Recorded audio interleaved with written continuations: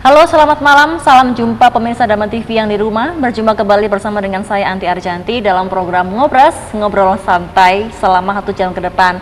Dan pemirsa, kita akan membahas sebuah topik spesial pada malam hari ini. Dan kebetulan saya berada di Gereja GPIB Margomulyo, Kota Batu, ya, alias Gereja Jago, pemirsa. Kita akan membahas sebuah topik warisan Gus Dur dalam tubuh Gus Durian, ya. Pada malam hari ini kita bersama dengan kedua narasumber spesial, tapi saya akan bercerita sedikit tentang sebuah info ini, ya, dimana konon setelah Kiai Haji Abdurrahman Wahid atau yang dikenal dengan Gus Dur wafat, banyak kelompok-kelompok yang merasa dilemahkan, terutama kelompok minoritas. Nah, berlatar belakang tersebut, maka Alisa Wahid yang merupakan putri dari Gus Dur mendirikan sebuah komunitas Gus Durian di tahun 2010. Sampai terbentuk sebuah jaringan Gus Durian di seluruh Indonesia. Tak terkecuali Gus Durian yang ada di wilayah Kota Batu, ya. Kita akan sambut kedua bapak-bapak ganteng ini. Selamat malam. Selamat malam. Selamat malam. Ya, saya bersama dengan Bapak Samuel ini selaku pendeta di Gereja GPIB Margomulyo Kota Batu, sekaligus anggota dari Gus Durian Kota Batu. Halo, Pak. Halo, Mbak. Halo, Oke, sapa dulu ya. Kemudian bersama dengan Bapak Haris Al-Mahdi selaku penggerak Gus Durian Kota Batu. Halo. Salam. Salam, salam. Oke. Semangat semuanya, Pak, ya. Semangat. Oke.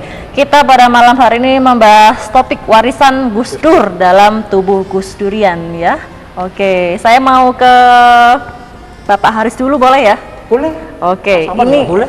Pak Sama juga boleh ya. Oke. Bosnya dulu. Bosnya dulu ya. Santai aja. Oke. Kenapa duduknya berjauhan begini ya? Oke. Ini untuk di Kota Batu sendiri ini ya. Berdiri sejak tahun berapa ini untuk Gus Durian?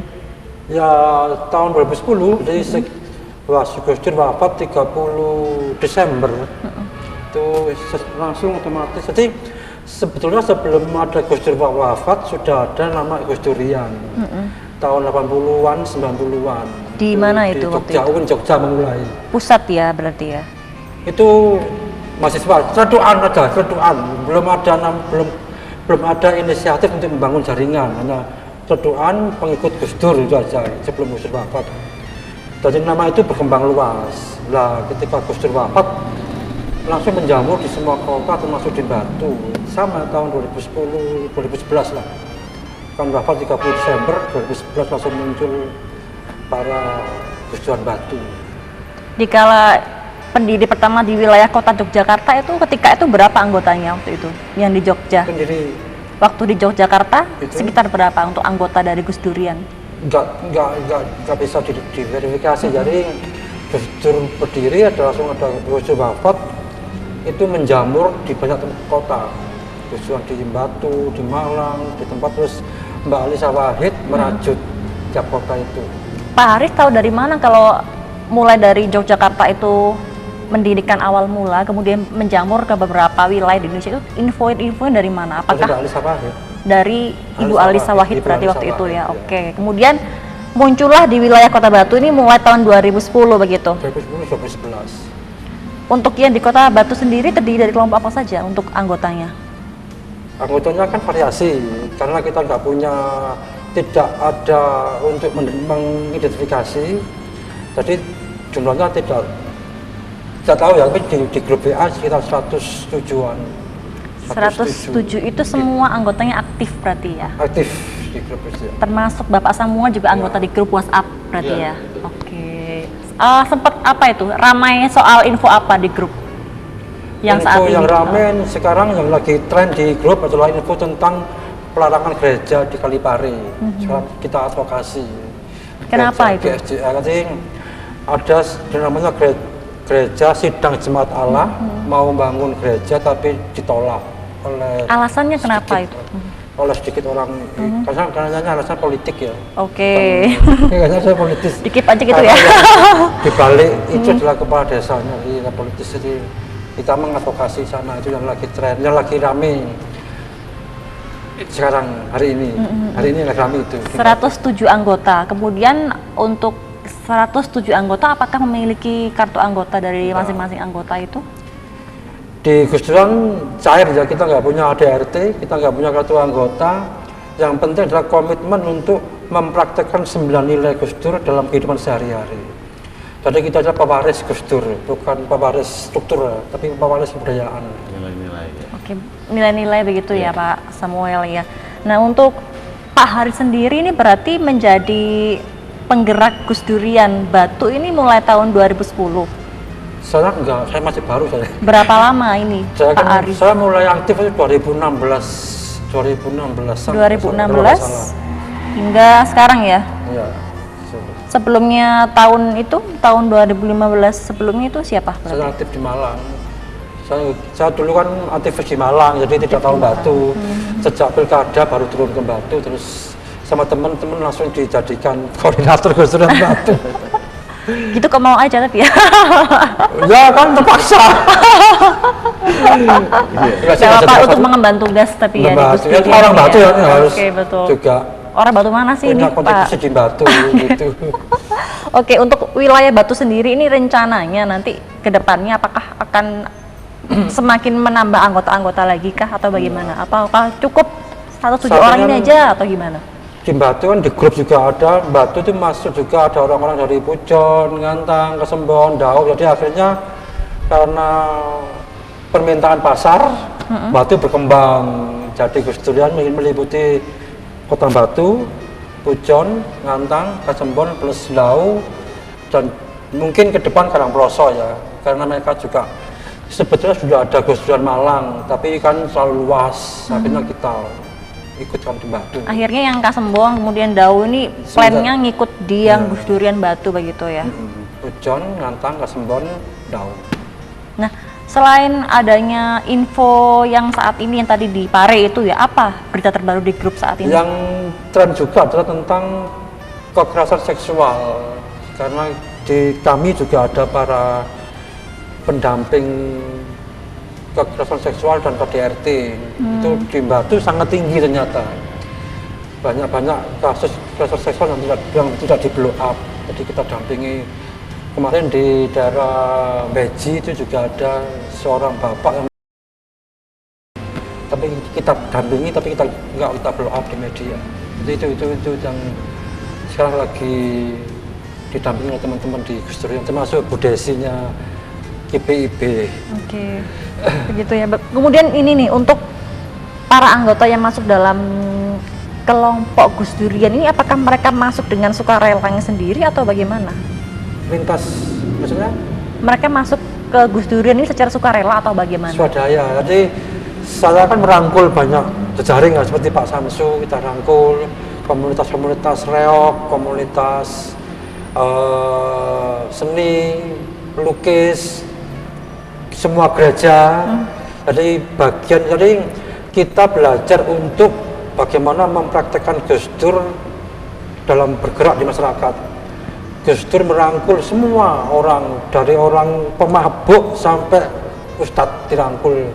Itu kita rangkul semua di Gus Durian. Jadi Gus Dur adalah rumah untuk semua golongan, semua kelompok, semua agama. Itu rumahnya kita. Berarti mereka datang ke Gus Durian secara sukarela ya, Secara untuk sukarela. karena kemauan mereka sendiri begitu Iya, ya, tanpa ada paksaan begitu ya dalam Gus Durian ya. Nah, kalau saya boleh tahu ini Pak Haris ini sebelum menjabat di wilayah Batu ini menjabat di mana untuk penggerak Gus Durian? Enggak pernah menjabat sama apa saya. Biasanya apa? Jadi Gus Dur tidak bersifat tidak seperti Oke. Ansor, tidak seperti partai ya. Sifatnya setara. Saya hanya sebagai koordinasi, mengkoordinasi Kita semua aja. sama begitu berarti Semua ya? setara. Oke. Bahkan ada jargon di Gus Dur tidak boleh membuli, kecuali membuli koordinator. Memang Kita juga memang kalau di memang kalau di kota-kota lain sering ada yang membuli koordinator, mungkin hanya untuk Bercanda. candaan atau gimana, untuk candaan aja gitu ya. Candaan aja. Oke. Oke, ini saya juga mendengar kabar kalau ternyata Pak Pendeta ini juga itu ya pernah memimpin Gus Durian Blitar ternyata ya. Bukan mimpin, mungkin penggerak Penggeraknya ya. kota Oke. Blitar. Karena di Blitar sebelumnya kabupaten sudah ada jaringan Gus Durian. Nah, kalau dari sisi saya yang saya tahu tentang Gus Durian itu awalnya memang di Jogja ya.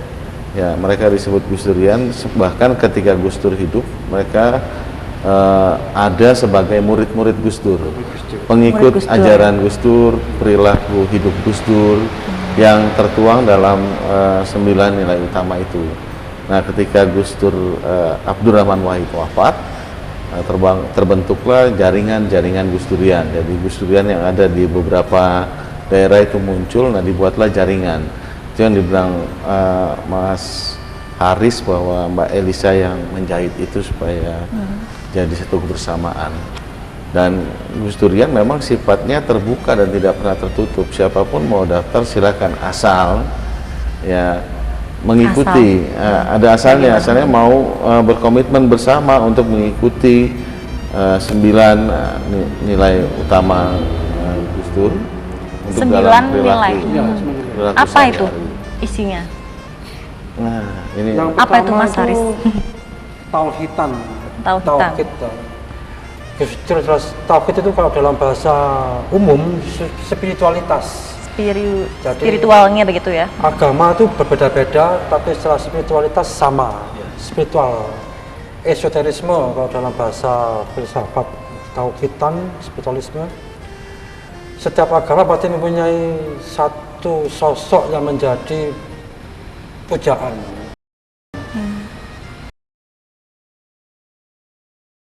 Kemudian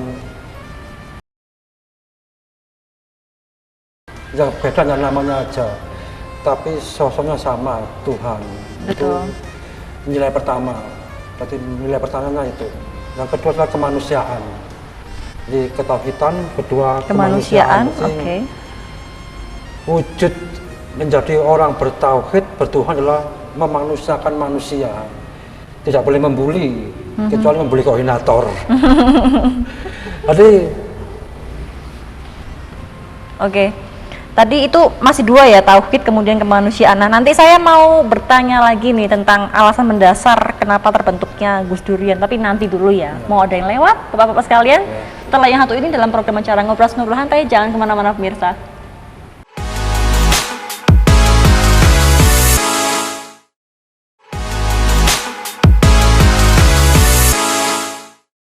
Terima kasih Anda masih bersama kami dalam program Ngobrol Santai di segmen yang kedua pemirsa, masih bersama dengan Bapak Samuel dan juga Bapak Haris ya. Kita masih membahas topik warisan Gus Dur dalam tubuh Gus Durian ya.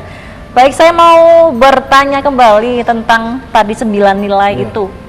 Ini yang menjawab dua-duanya ya. Apa sut-lusut Pak? nilai-nilainya Mas Haris nanti Oke. saya tambahkan. Boleh ya. boleh. Tadi 2 nilai yang telah disebutkan Pak Haris ya, itu ada tauhid dan kemanusiaan, di mana kemanusiaan ini adalah memanusiakan manusia begitu. Kemudian untuk nilai selanjutnya bagaimana? keadilan. Yang ketiga, keadilan ya. Jadi ada quote di Gus Durian itu adalah perdamaian tanpa keadilan itu ilusi.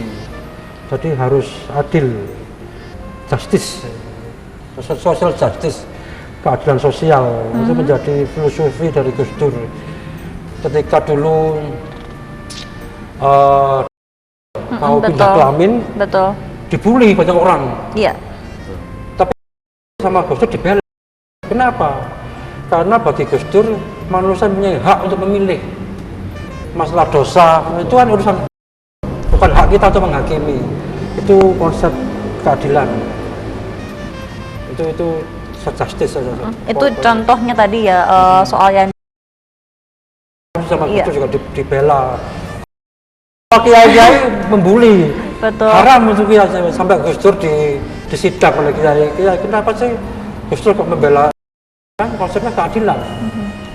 Janganlah engkau membenci seseorang sehingga engkau membuat engkau tidak adil. Itu di Al-Quran dijelaskan. Membenci boleh tapi jangan tidak adil. Itu konsep keadilan. Kalau saya boleh tambahkan, keadilan itu berbicara tentang keadilan dari perspektif Gus Dur, memang terkait juga nilai yang sebelumnya dan sesudahnya, karena 9 nilai ini berkaitan terkait dengan kemanusiaan. Di mata Gus Dur semua manusia itu mulia, ciptaan Tuhan yang mulia sehingga harus dihargai. Makanya semua orang juga harusnya mendapatkan hak yang sama di mata hukum. Seperti yang Mbak tadi bilang di awal, bahwa setelah Abdurrahman Wahid wafat, banyak orang-orang yang minoritas kehilangan. Nah, Gus Dur kan ada untuk memperjuangkan keadilan di sepanjang hidupnya, termasuk juga kepada kaum marginal, kaum-kaum yang disingkirkan, menjadi sasaran bully, termasuk Mas Haris, koordinator yang sering dibully. Kalau Gus Dur pasti hidup mungkin membela juga Mas Haris. Oke, 3 nilai tadi sudah disebutkan ya. Kemudian untuk yang nilai selanjutnya apa?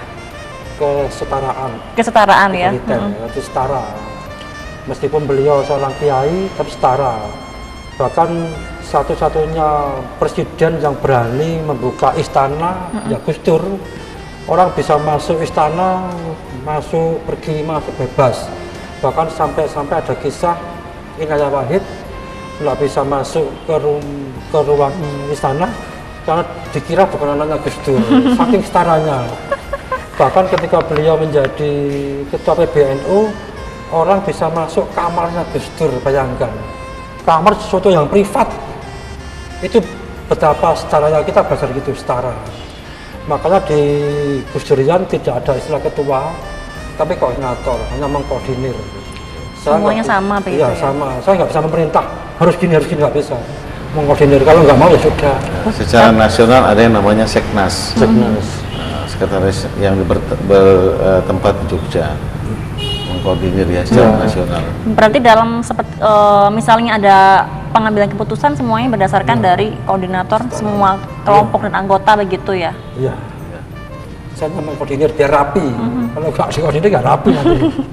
Baik, untuk nilai selanjutnya apa?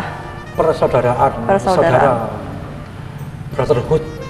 Rasa sesakit, sependeritaan, senasib, seperjuangan.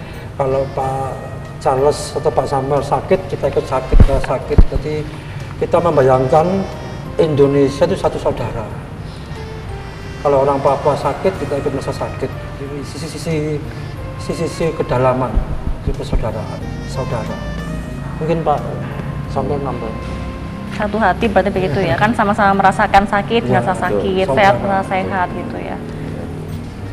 Udah tahu sih, Berikutnya adalah pembebasan. pembebasan. Jadi di Gus Durian itu tidak boleh untuk memaksa, itu tidak boleh.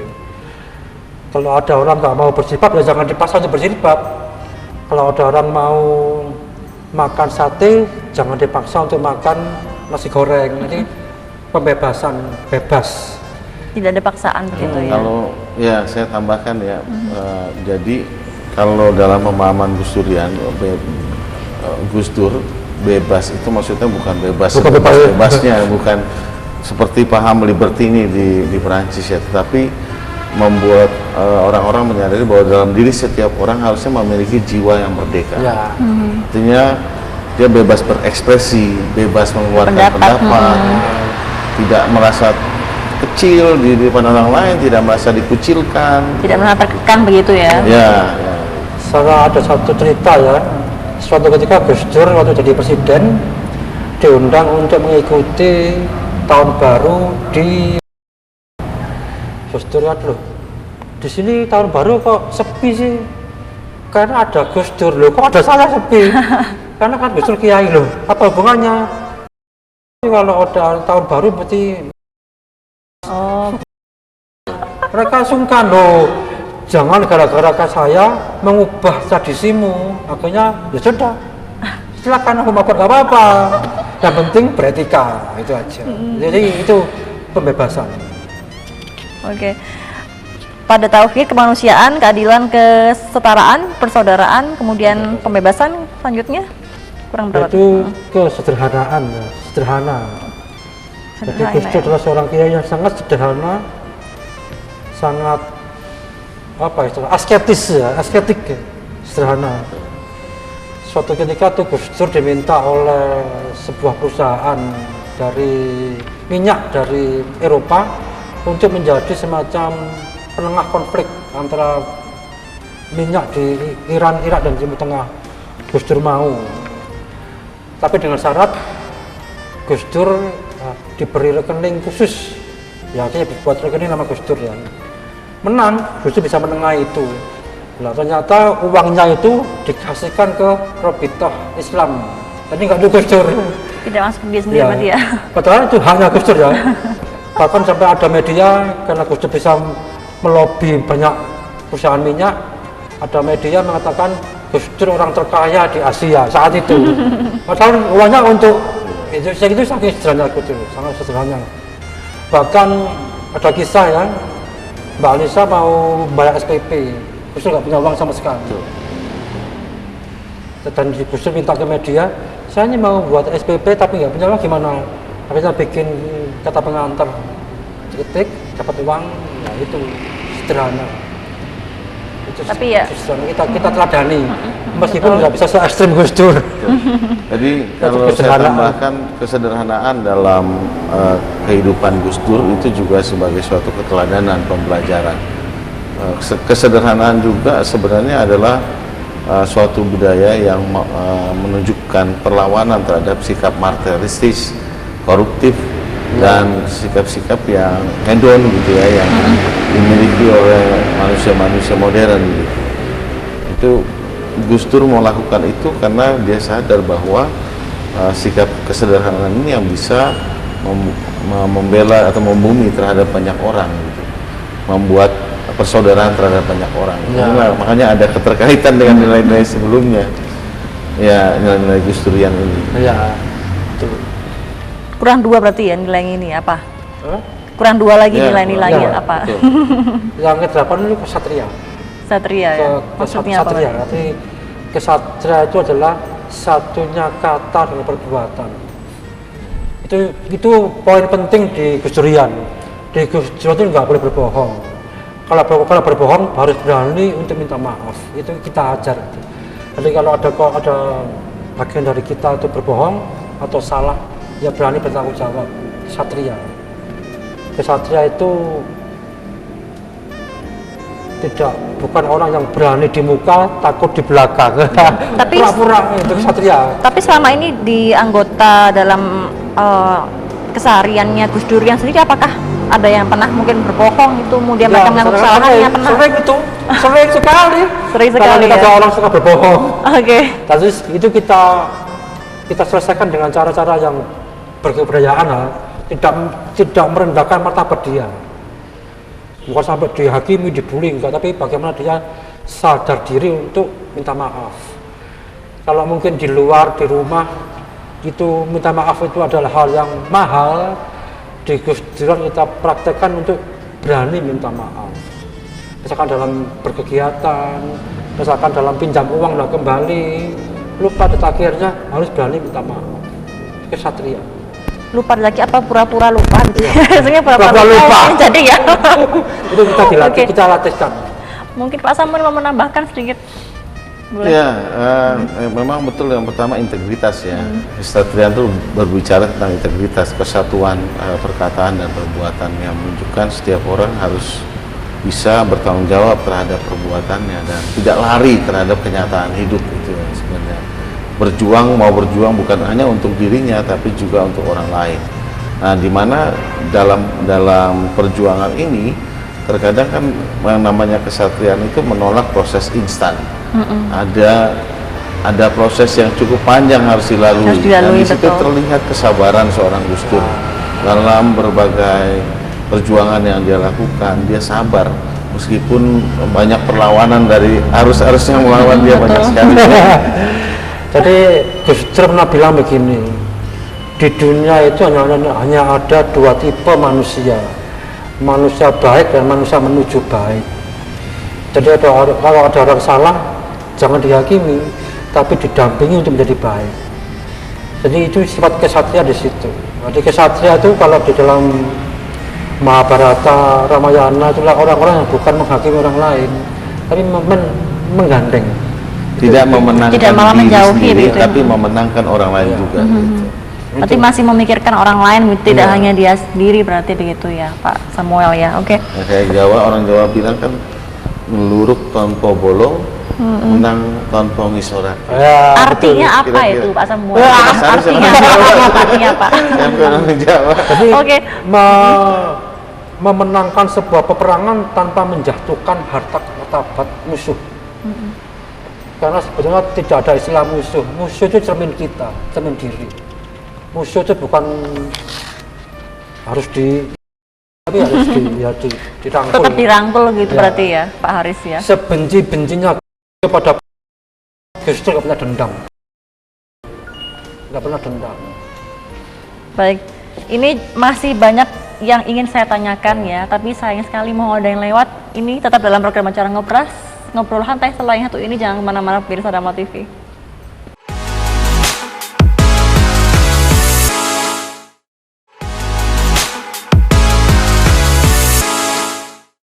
Baik, Anda kembali bersama kami dalam program acara Ngobras Ngobrol Santai, masih bersama dengan Bapak Samuel dan juga Bapak Haris ya. Kita masih membahas topik menarik yaitu Gus Durian di wilayah Kota Batu tentunya ya. Pak Haris orang Batu asli ya? Saya Batu asli. Oh Batu, oke. Ini orang Manado ini. Kalau Bapak orang Manado dulu? Manado. Kok bisa di Blitar, gimana ceritanya itu Pak dulu? Ya kan saya tugas keliling-keliling. Bertugas di Blitar juga ketika itu ya. Oke, baik. Nah, kita ke segmen ketiga ini masih tentang Gus Durian ya. Masih semangat kan malam hari ini? Semangat dong. Semongko. Oke. Semongko. Joketnya mana? Oke. Nah, kemudian ini kan tadi ada 8 nilai, kurang satu nilai. Ya. Apa? Kearifan tradisi atau kearifan lokal. Oke, kearifan lokal ya. Jadi, Gus Dur itu dalam salah satu bukunya ada namanya Pribumisasi Islam. Ya. Islam itu di Nusantara harus hadir dengan cara menyapa semua tradisi di Nusantara, bukan malah menjauhi. Makanya tradisi lokal atau kearifan tradisi itu menjadi salah satu ciri khas Gus Durian untuk terus dilestarikan. Itulah dalam menjadi salah satu karakter bangsa. Seperti kisah-kisah Panji itu kearifan tradisi, kisah Mahabharata, kisah Ramayana, tari, kemudian ritual-ritual adat itu adalah cermin dari bagaimana orang-orang lokal memaknai dirinya, memaknai Tuhannya, dan bagaimana mereka memaknai lingkungan sekitarnya. Itu harus dijaga. Jangan sampai modernisasi itu merusak kearifan tradisi. Itu kebaya, konde itu kan jangan sampai hilang.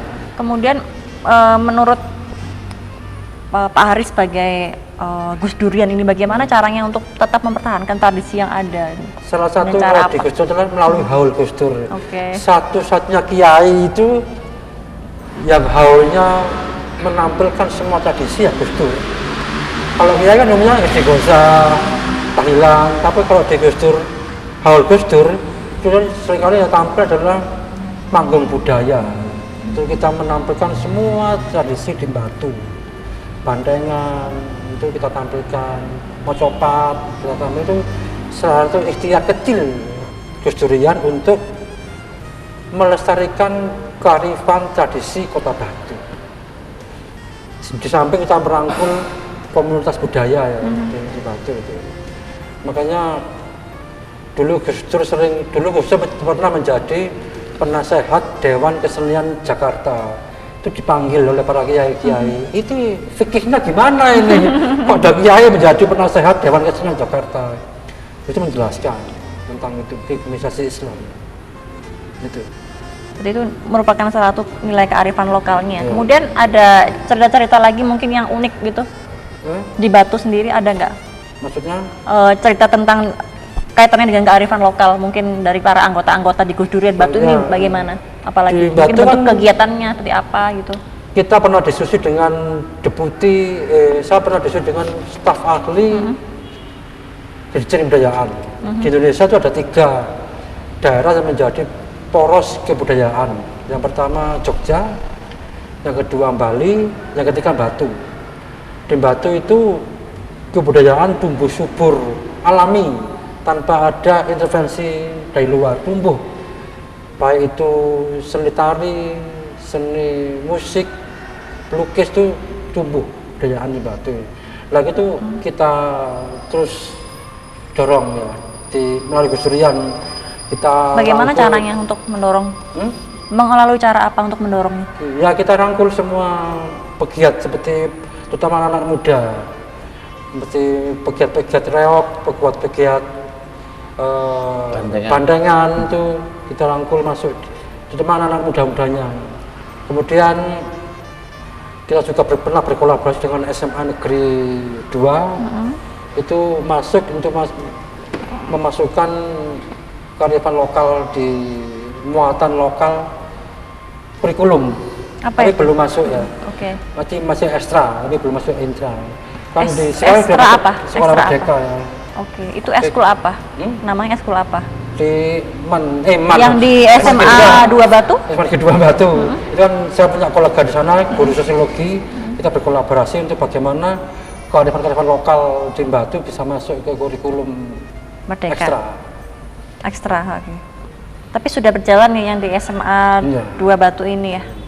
Oke. Ya, saya bisa menambahkan ya. Kalau khusus di Batu dulu berkaitan dengan kearifan lokal, saya kagum dengan Batu ya, karena banyak kalau dilihat masjid-masjid di Batu itu bentuknya tidak seperti masjid. Saya sering lihat di Sumberjo sini ada. Sumberjo. Ya, di Karangploso juga ada.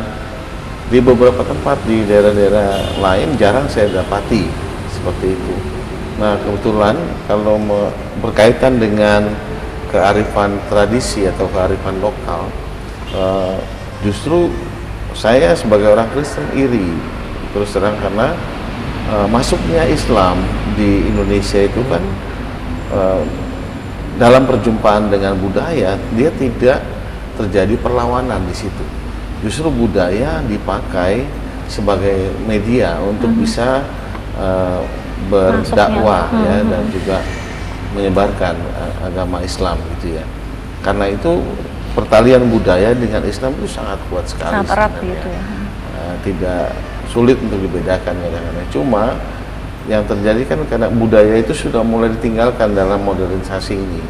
Makanya peran Gus Durian di sini sangat penting ya, karena nilai-nilai budaya itu bukan sesuatu yang kuno atau usang ya, tapi sesuatu yang senantiasa berguna dan menarik untuk dipergunakan dalam kehidupan gitu. Nilai-nilai kearifan lokal. Gus Dur sendiri dalam menjadi pemimpin dia banyak memakai kearifan lokal, gagasannya untuk berbagai keputusan-keputusan yang dia ambil dalam pemerintahan dan lain sebagainya, karena dia juga dianggap sebagai tokoh budaya ya. Gus Dur sangat mengenal budaya Indonesia. Oke, kalau Bapak Samuel dahulu ketika sebagai koordinator Gus Durian Blitar, apa ini kearifan-kearifan lokal atau kearifan tradisi yang menonjol dan khas di Blitar waktu itu? Di Blitar kebetulan kalau dalam silsilah kependudukannya apa ya namanya daerah sebutannya itu di Blitar itu masuk daerah Mataraman, di mana budaya dan agama itu masih dekat dalam pelaksanaannya. Oke. Karena itu di Blitar tuh kalau satu suro itu banyak yang memperingati gitu misalnya. Itu diperingati juga di pantai dan di beberapa tempat gitu ya. Nah, itu tidak dianggap sebagai apa ya namanya TBC ya istilahnya. Apa itu? TBC apa Mas Haris? Di situ. Pokoknya kurofat terakhirnya. Ya sesuatu yang di luar agama, di luar keislaman gitu. Oke. Ya. Kadang budaya kan dianggap salah gitu, dosa gitu. Tidak semuanya dalam budaya itu salah ya. Ada inti-inti budaya yang baik gitu, tidak dihindarkan. Kalau di Blitar dulu justru banyak budaya juga meskipun tidak menjadi poros seperti Batu. Di Blitar itu dikenal sebagai kota 1000 candi. Selain itu juga Blitar itu juga banyak sekali di jalan-jalan tuh kalau hari-hari itu banyak bertaburan bunga seperti di Bali. Oke. Mereka Itu masih penghayat dalam itu rangka sangat apa? kuat di sana. Oke. Ya, di perempatan-perempatan banyak Perempatan, bunga-bunga ya. ditaburkan. Gitu. Selain itu pagelaran budaya rutin diadakan dalam karnaval ya. Blitar sangat sering ada karnaval dan itu pagelaran budaya ada di sana dan Gus Durian terlibat di sana. Jadi sebenarnya wadahnya cukup banyak untuk kearifan lokal di Blitar. Cuma memang pada saat itu belum maksimal. Tapi sudah banyak anggota-anggota yang bersama-sama jaringan itu memikirkan hal itu. Karena kaya sekali di Blitar itu keanekaragaman agama dan budaya, khususnya budaya Jawa. Oke, ini yang menarik ini Pak Samuel tadi dikenal sebagai kota 1000 candi begitu ya, 1000 candi ya. Itu seperti apa waktu itu? Apakah pernah Gus Durian mengikuti kegiatan-kegiatannya? Serangkaian Ya, kegiatannya pernah ikut? terutama yang di kabupaten ya, Di kabupaten. karena yang disebut Blitar itu bukan hanya kota tapi kabupaten juga kalau untuk candi ya. Candi yang terbesar Jawa Timur kan Panataran. Sering mengadakan kegiatan budaya di situ, pagelaran budaya di situ, diskusi di situ juga. Nah, Perannya Gus Durian waktu itu apa? Hah? Peran Gus Durian. peran Gus Durian. Ya mencari tempat-tempat yang masih memiliki nilai budaya untuk kegiatan, misalnya di candi. Jadi candi itu tidak ditinggalkan gitu, tidak dianggap haram juga untuk berkegiatan di situ gitu. Ya, Mas Haris ya. Oke, baik. Begitu berarti ya, Pak Haris ya. Tersenyum lebar ya. Mas Haris ini budayawan soalnya. Betul. Mas Samsu budayawan. Kisam itu juga budaya nih. Halo Kisamsu di Mas belakang. Samsu. Oke, tadi kan sudah ada 9 nilai ya yang sudah dibahas. Tadi ada tauhid, kemanusiaan dan lain sebagainya. Gus Durian itu ada 9 nilai itu. Berarti kita tidak punya KTA, kita nggak punya struktur, ADRT, ya. nggak punya badan hukum. ADRT tidak. Yang penting mempraktekkan 9 nilai, mulai dari rumah sampai berbangsa sampai negara. Itu poinnya di situ. 9 nilai Gus Durian. Tapi di anggota, bahkan yang tadi 107 anggota di WA, semuanya apakah sudah menerapkan 9 nilai itu? Iya. Kan Sudah. di anggota grup itu adalah para kiai, romo, pendeta, bante dari wihara, Bante juga. kemudian pura, penghayat, dan beberapa orang-orang lain. Tokoh agama berarti ya? Setiap hari kita sharing tentang 9 nilai. Terus untuk diresapkan dan dipraktekkan dalam kehidupan sehari-hari. Itu poinnya di sana. Dan yang paling penting adalah kesadaran. Kalau nggak sadar ya, ini sadar perpraktekan mulai dari rumah sampai berbangsa. Oke. Terutama dengan suami istri, dengan anak itu dipraktekkan. Baik, ini pertanyaan terakhir di segmen ketiga ini ya. Ini pada Gus Durian, adakah sikap toleransi? Nah, Toleransi. kira-kira bagaimana untuk toleransi tersebut? Memaknainya bagaimana di Gus Durian ini? Di Gus Durian itu kita mengikuti toleransi UNESCO. Ada yang pertama adalah toleransi kepada yang berbeda. Berbeda gender, kita ini berbeda. Meskipun perempuan harus ditoleransi yang berbeda. Berbeda budaya, berbeda agama. Artinya toleransi agama adalah bagian dari toleransi secara keseluruhan, bukan hal yang utama. Toleransi difabel. Yang kedua adalah toleransi kepada kaum rentan, orang miskin, orang yang terpinggirkan, dan yang terakhir toleransi pada lingkungan, pada alam. Tidak membuang sampah sembarangan, tidak membuang rokok sembarangan, dan sebagainya. Itu 3 toleransi. Nah, ditahan dulu ini ya tentang toleransi ya. Mau ada yang lewat, tetap dalam program Bicara Ngobrol santai. Selain yang satu ini, jangan kemana-mana pemirsa.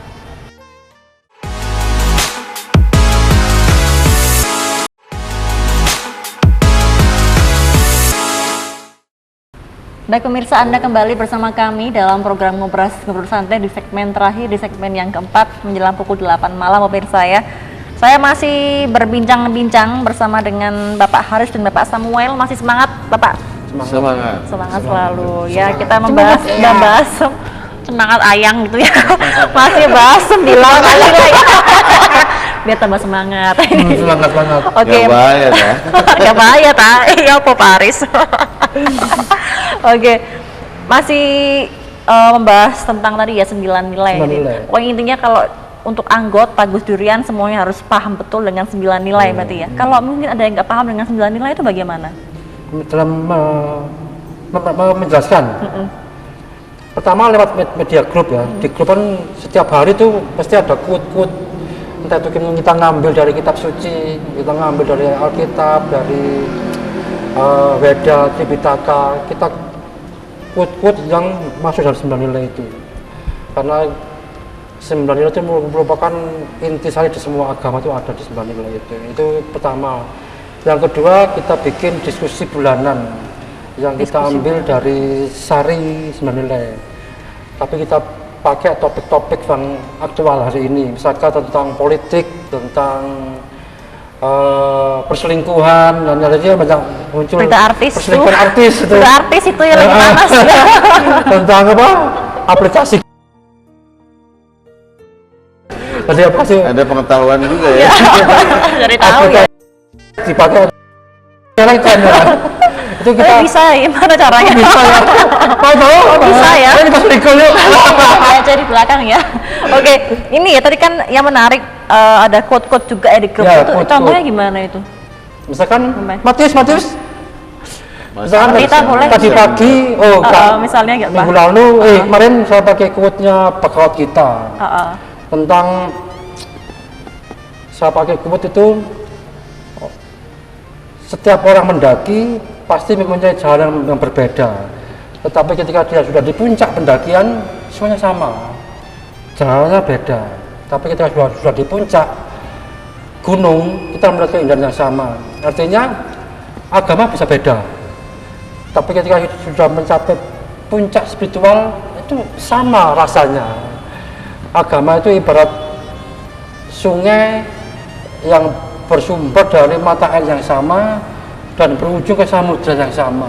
Itu quote-nya Arjuna, quote-nya Sri Krishna ke Arjuna di Bhagavad Gita. Itu kemarin. Rame ya setelah ada quote-quote itu ya? Iya. Bagaimana tanggapan para anggota-anggota yang seperti itu? Awal-awal Gusron diskusi ya, yang Islam debat, tapi semakin kesini awal-awal semakin paham. Jadi dulu awal-awal di Gusron di Batu dulu saya sempat diancam dibunuh. Jadi ada 10 tuntutan untuk Haris Al-Mahdi, yang ke-10 akan dibunuh.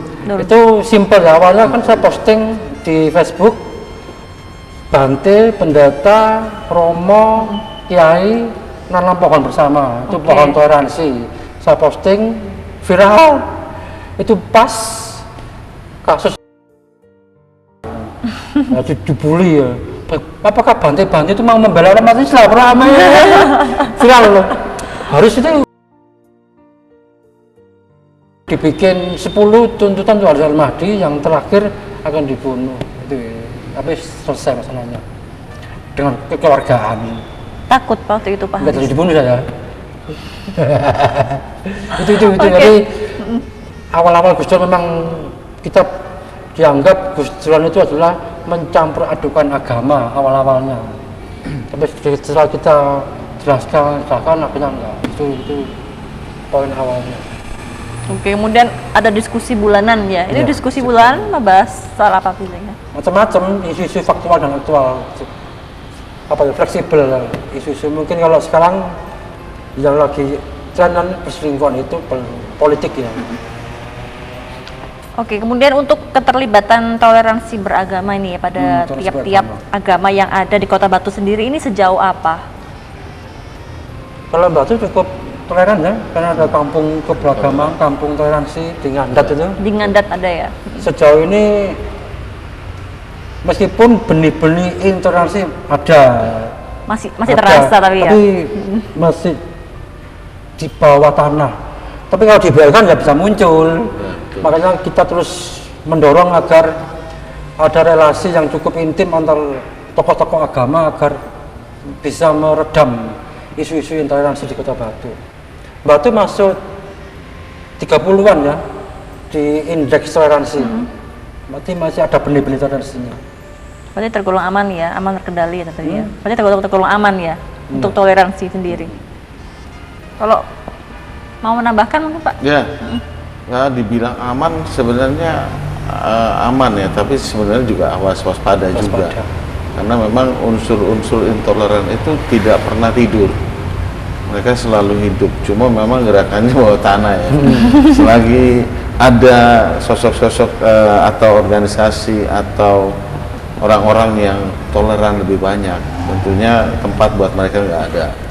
Maka itu gaung untuk toleransi itu sebenarnya sesuatu yang penting. Kenapa simbolnya gong? Karena itu kan bergema ya, supaya toleransi itu tidak hanya jadi milik beberapa orang, karena dengan toleransi tentu kita hidup bersama. Tapi saya pernah baca buku yang menarik ya, costly tolerance ya. Toleransi itu membutuhkan biaya yang tidak sedikit. Harga yang harus dibayar cukup besar, kayak Mas Haris diancam dibunuh hanya gara-gara menanam pohon gitu ya. Bagaimana mohon? Tetapi yang diperjuangkan sampai akhir itu hasil dari toleransi juga luar biasa pastinya. Kehidupan yang rukun, damai, maju itu kan hasil juga dari toleransi. Ya. Baik. Ya, tampaknya di samping diskusi belakang kita juga bikin acara touring ke tempat-tempat ibadah. Berarti ini programnya Gus Durian ya, touring ke tempat-tempat ibadah. Setiap hari sama atau anak-anak SD, Oke, dengan anak SD. TK. Dulu kita pernah menginisiasi anak-anak madrasah di Kota Batu untuk touring ke wihara, touring ke Gembala Baik, touring ke pura, touring ke gereja GKI, agar anak-anak usia dini itu paham tentang bahwa Batu itu tidak Islam saja. Karena kalau sekolah di madrasah kan ya madrasah Islam, bayangannya Batu itu Islam saja. Jadi kita ajak anak-anak madrasah, anak-anak sekolah NU untuk touring lintas iman. Itu di samping diskusi hari ya. Itu berarti untuk program, salah satu programnya Gus Durian Batu ini touring ke tempat-tempat ibadah di Kota Batu ya? Itu touring itu program khas Kota Batu. Touring program khasnya Kota Batu ya, oke. Tapi sudah berjalan berapa lama kalau yang di Batu ini? Program touringnya sejak 2016, sejak saya menjadi koordinator. Kalau yang terakhir kemarin bulan apa? Itu touring paroki Gembala Baik Paroki ke wihara waktu Nyepi. Waktu Waisak. Kapan itu? Waisak tanggal berapa tuh Waisak kemarin? Waisak baru-baru ini. Waisak kemarin Waisak yang. Oke, waktu hari Pas Waisak ya, itu, oke. paroki Gembala Baik dengan Gus Durian silaturahmi ke wihara. Dari Gus Durian dengan mungkin anak-anak SD TK atau hanya dari Gus Durian aja? Siapa maksudnya? Dengan mengajak anak-anak sekolah untuk ke sana atau? Itu anak-anak SD Gunung Sari. SD Gunung Sari, oke. SD-nya anaknya Mbak Kivi, diajak touring. Bagaimana responnya anak-anak ketika diajak ke sana? Responnya ya nggak belum paham ya, seneng aja ketemu anak-anak ya. paroki, seneng. Yang respon menarik itu waktu kita ajak ibu-ibu Gunung Sari, kita ajak touring ke gereja, mereka agak kaget ya. Banyak dialog, pertanyaan tentang Kristen, tentang Yesus dan sebagainya. Kan mereka masih belum pernah masuk gereja pertama kali itu. Ibu-ibu dan perempuan-perempuan desa. Selain adanya program touring, program apa lagi di Gus Durian ini? Selain adanya program touring ke tempat-tempat ibadah, Gus Durian programnya apa lagi? Pertama yang kita punya namanya tuh Gus Durian Peduli. Itu ada Gus Durian, kemudian ada di bawahnya adalah Gus Durian Peduli. Itu tentang bagi takjil, bagi sembako, itu peduli. Pokoknya isu yang di Batu butuh dipedulikan, kita peduli. Termasuk juga di Batu ya, bencana alam dan sebagainya ya. Kita juga pernah menjadi relawan itu banjir bandang. Kita bikin posko. Kemarin terakhir waktu giat kemana yang Gus Durian Peduli ini? Bisa peduli. Terakhir di mana? Bisa peduli di Batu. Terakhir apa ya? Takjil ya? Takjil. Ya, takjil. Takjil itu sebagai takjil. Berarti dalam kegiatan sosial sangat aktif ya Gus Durian ini ya? Iya, Oke. Ini terakhir ini untuk harapan kedepannya apa ini? Yang selama ini belum terwujud di Kota Batu ini? Yang belum terwujud? Monggo disampaikan. Ya.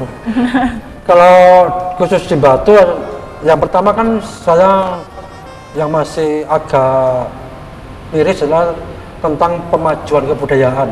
Pemajuan kebudayaan di Batu masih belum optimal, terutama kita lihat tentang gedung kesenian Batu masih nggak layak lah disebut gedung kesenian. Saya pernah mengundang teman-teman dari Surabaya ke gedung kesenian, nyari toilet tuh susah. Jadi kita berharap karena bagian dari kearifan tradisi, pemajuan kebudayaan di Batu lebih menonjol, lebih ditonjolkan. Sampai toleransi. Ya. Oke, sekaligus untuk pesan-kesan ini pemirsa Dharma TV boleh disampaikan pesan dan kesan ke pemirsa. Mungkin Pak. Sekaligus penutup juga. Pak Haris dulu boleh? Harus dulu kan Pak, gantian. Iya. Pak sampai dulu. Saya menyampaikan yang Pak Sekaligus Haris sempat penutupan. bicarakan juga dengan saya kalau menyangkut mimpi ke depan ya. Pak Haris ini punya kerinduan untuk membuat pameran lukisan karena banyak sekali pelukis berkompeten di Kota Batu, pelukis yang luar biasa handal ya. Iya. Tafsir lukis ya kalau nggak salah ya. Mas Tafsir Haris. lukis. Itu mimpi, salah satu mimpi Mas Haris. Kalau harapan saya ke depan ya harus terus ditingkatkan kehidupan bertoleransi di Kota Batu. Kenapa? Karena tak kenal kan maka tak sayang. Nah, kekristenan itu tidak takut terhadap Islam atau alergi, semacam alergi ya, karena belum kenal gitu, belum tahu tentang ajaran-ajaran Islam, belum tahu juga misalnya ada Gus Durian yang 9 nilai keutamaannya itu benar-benar tidak ada banyak juga unsur di dalam kekristenan tentang hal itu. Ya. Dan sebenarnya itu adalah sesuatu yang merangkul, bukan harus dijauhi, karena itu sikap toleransi dan juga tindakan toleran seperti yang Gus Durian kembangkan, menurut saya sesuatu yang positif yang harus terus dilakukan di Kota Batu ini. Ya. Baik, terima kasih. Pak Haris, Toleransi. penutupan sekaligus.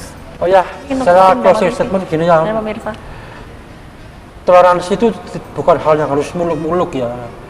Paling tidak dimulai dari rumah tangga, dari rumah. Tidak harus perempuan yang mencuci piring, tapi laki-laki juga harus mencuci piring. Toleransi. Tidak harus perempuan yang masak, laki-laki juga bisa masak. Itu toleransi. Jadi tidak harus hal yang wah. Menghargai anak. Hal yang kecil-kecil di rumah, toleransi, bagi tugas. Yang misalkan punya anak laki-laki, yang laki-laki masak, yang perempuan cuci pakaian. Jadi equality, setara. Selama ini kan sering terjadi cekcok di rumah tangga gara-gara tidak ada toleransi. Pak Samuel ini mengalami banyak ya. Istrinya di Surabaya, bapaknya di pendeta, harus bertoleransi. Jadi bukan hal yang diskusi yang wah gitu ya, tapi yang kita bumikan adalah hal-hal yang lebih fleksibel, praktis, dan dapat mudah dipraktekkan. Dari kita tanda Baik, saksi. tetap menerapkan sikap toleransi dimanapun kita berada begitu ya Pak Haris dan Pak Samuel. Oke, terima kasih. Ini tidak terasa sudah ada di penghujung acara. Ini sudah Terasa penutupan. banget. Terasa banget ya.